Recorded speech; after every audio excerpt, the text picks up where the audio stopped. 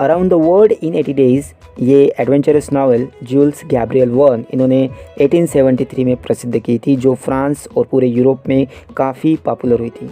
ये adventurous novel होने के कारण यहाँ छोटे छोटे किस्से हैं जिसमें आपको लगेगा कि हीरो हार जाएगा, लेकिन हीरो एक्सेंट्रिक होने के कारण वो वक्त पर जीत जाता था। इस नावल को पढ़ते समय आपकी धड़कनें बढ़ जाएंगी और आपको लगेगा ऐसी कोई भी कठिनाई इस दुनिया में नहीं जिसे ओवरकम नहीं किया जा सकता।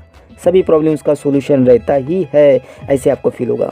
दोस्तों, इस नावल में छोटे छोटे इंसिडेंट्स दिए गए हैं जो रीडर को एक दुनिया से निकालकर दूसरी दुनिया में ले जाती है। इस नावल में प्रोटैगनिस्ट यानी मेन कैरेक्टर है फिलियस फॉग, जिसे हम इस नावल का हीरो मानते हैं। पासपोर्ट आउट ये फॉग का सहायक है। औडा इस नावल की हीरोइन है, लेकिन यहाँ फॉग पर सस्पिशियस नज़र रखने वाला डिटेक्टिव फिक्स ये भी कहानी में ट्विस्ट लाने वाला कैरेक्टर है। तो आइए डिस्कस करते हैं एचएससी बोर्ड एग्जाम में इस नावल पर किस तरह के क्वेश्चन पूछे जाएंगे इस विषय पर। सबसे पहले हम थीम पर डिस्कस करेंगे। मैंने कुछ एग्जाम्पल्स आपके ब्रेनस्टॉर्मिंग से लिए हैं। अगर थीम पर कोई भी सवाल हो, आंसर एक ही रहेगा और वो कुछ इस प्रकार से लिखना है। सबसे पहले आपको इंट्रोडक्शन लिखना है। ये नावल एडवेंचर और एक्साइटमेंट पर आधारित है। ये फर्स्ट थीम हुई। उसी के साथ यहाँ टाइम इस फैक्टर को सबसे इम्पोर्टेंट माना गया है। नावल कहती है टाइम इज़ फिकल, वो सबकी परीक्षा लेती है। वक्त से पहले और वक्त के बाद किसी को कुछ भी नहीं मिलता, ये कहती है। टाइम अपने हिसाब से चलता है और हम उसी के मेहरबानी पर जीते हैं। तीसरी भी थीम है और वो है मोरालिटी इस नावल की। मनी ही जीवन में सब कुछ नहीं होता है, उससे भी वैल्यूएबल चीज़ हमारे ज़िंदगी में होती है, जैसे कि मोरल्स। यही हमें जीवन का ज्ञान देती है। ये नावल मोरालिटी पर आधारित है। दोस्तों, आपको जो भी थीम पूछे, जैसे मोरालिटी पूछती है तो मोरालिटी इस पॉइंट को इलिस्ट्रेट करे। अगर टाइम को पूछती है तो टाइम को एक्सप्लेन करे, और यदि एडवेंचर और एक्साइटमेंट को पूछे तो उसे इस तरह से लिखे। लास्ट में कंक्लूजन लिखना ना भूले। दोस्तों, यहाँ बहुत से छोटे छोटे इंसिडेंट्स हैं, उन्हीं पर बोर्ड क्वेश्चन पूछेगी, ये मेरा मानना है। जैसे कि explain how the author has make use of international dateline and time zone in his novel. या ऐसे भी पूछ सकती है, explain how the time gain of a full day is revealed to mister Fogg. दोस्तों, मैं तो इस सवाल का जवाब कुछ इस तरह से लिखूंगा। सबसे पहले मैं इंट्रोडक्शन लिख लूँगा। मिस्टर फॉग ने इंटरनेशनल डेटलाइन का इस्तेमाल करके अपना गोल अचीव कर लिया। फॉग ने सिर्फ ईस्टवर्ड में ही ट्रैवल किया। वो हमेशा सूरज को ही फॉलो करता रहा, इसलिए अर्थ ये स्फेरिकल है, यानी उसका सरकमफ्रेंस 360 डिग्री का है। फॉग जब भी सूरज को फॉलो करता, हर एक डिग्री पार करने पर उसे 4 मिनट्स एक्स्ट्रा मिल जाते थे। सो आपको पता ही है एक दिन में कितने मिनट्स होते हैं? 1440 मिनट्स होते हैं। फॉग ने 360 डिग्री की दूरी पार कर ली, तो उसे 360 degree into 4 minutes extras equal to 1440 minutes, इस तरह से उसे एक दिन प्राप्त हुआ।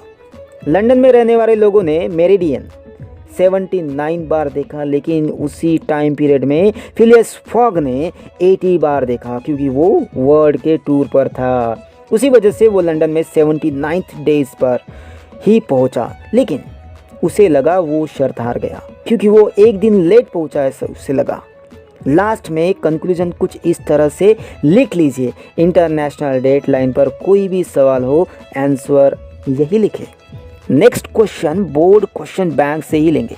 जैसे Phileas Fogg's travel around the world was full of adventures and surprises illustrate. दोस्तों, यहाँ हमें नावल की जड़ तक जाना जरूरी है।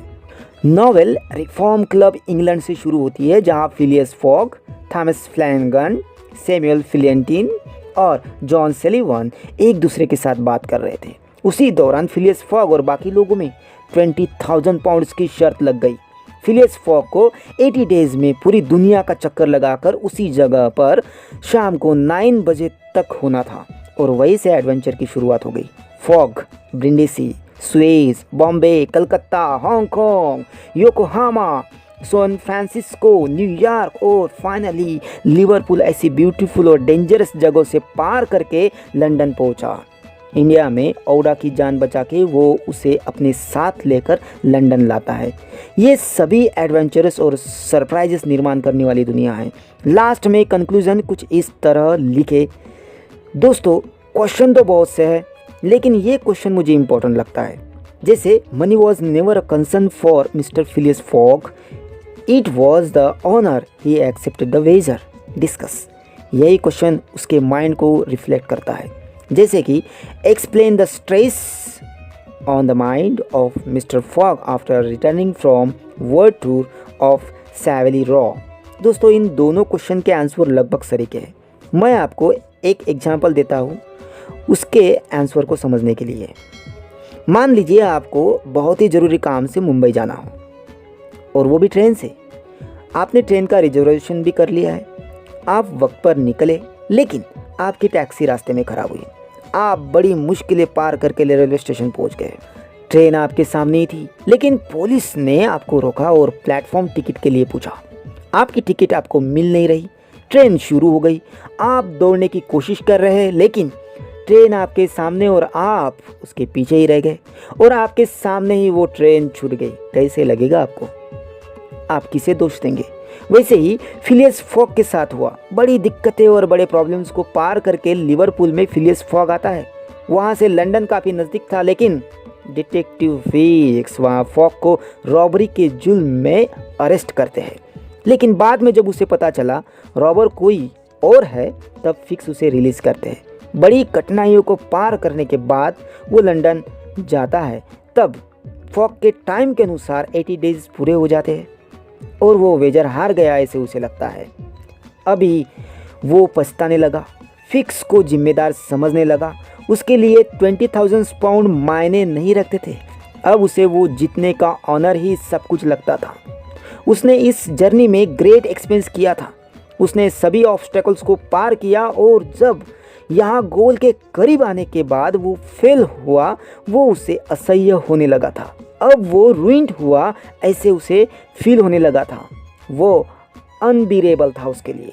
इसलिए सैवली रॉ में आने के बाद वो खुद को अपने रूम में बंद कर लेता है। पासपोर्ट आउट औडा से भी दूरी बनाता है। ये सब आपको कंक्लूजन के साथ कुछ इस तरह से लिखना है। इस माइंड सेटअप की वजह से पासपोर्ट आउट फॉग का सर्वेंट फॉग के डोर पर नज़र जमाए हुआ था, खुद को कोसता था, क्योंकि पासपोर्ट आउट भी फॉग को रॉबरी के लिए शक करता था। अभी यहाँ पे बोर्ड क्वेश्चन बैंक में क्वेश्चन पूछा गया है। Justify that passport out blamed himself for the misfortune of his master. इसका आंसर आप किताब में से कुछ इस तरह से लिख लीजिए। दोस्तों नॉवेल का एंड हैप्पीली होता है। यहाँ अगले दिन फॉग वेजर जीत जाता है, लेकिन वो कैसे? यही कहेंगे ना आप। जब फॉग खुद को रूम में बंद कर लेता है, तब औडा भी दुखी हो जाती है। औडा इस कंडीशन में फॉग का साथ देती है और उसे मैरिज के लिए प्रपोज करती है। दोनों मैरिज करने का फैसला करते हैं, और पासपोर्ट आउट को मैरिज के लिए क्लेर्जी मैन को ढूंढने के लिए कहते हैं। लेकिन वहाँ पासपोर्ट आउट जाने के बाद उसे पता चलता है कि आज सैटरडे है, कल संडे है, और मैरिज का दिन यानी मंडे नहीं है।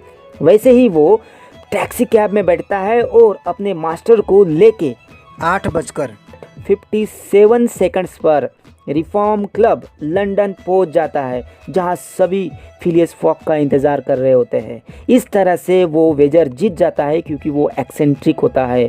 वो वक्त से पहले और वक्त के बाद नहीं पहुंचता है, वो वक्त पर ही पहुंचता है। उसी के साथ अपने प्यार को भी पा लेता है। देयरफॉर सभी कहते हैं ऑल्स वेल दैट एंड्स वेल।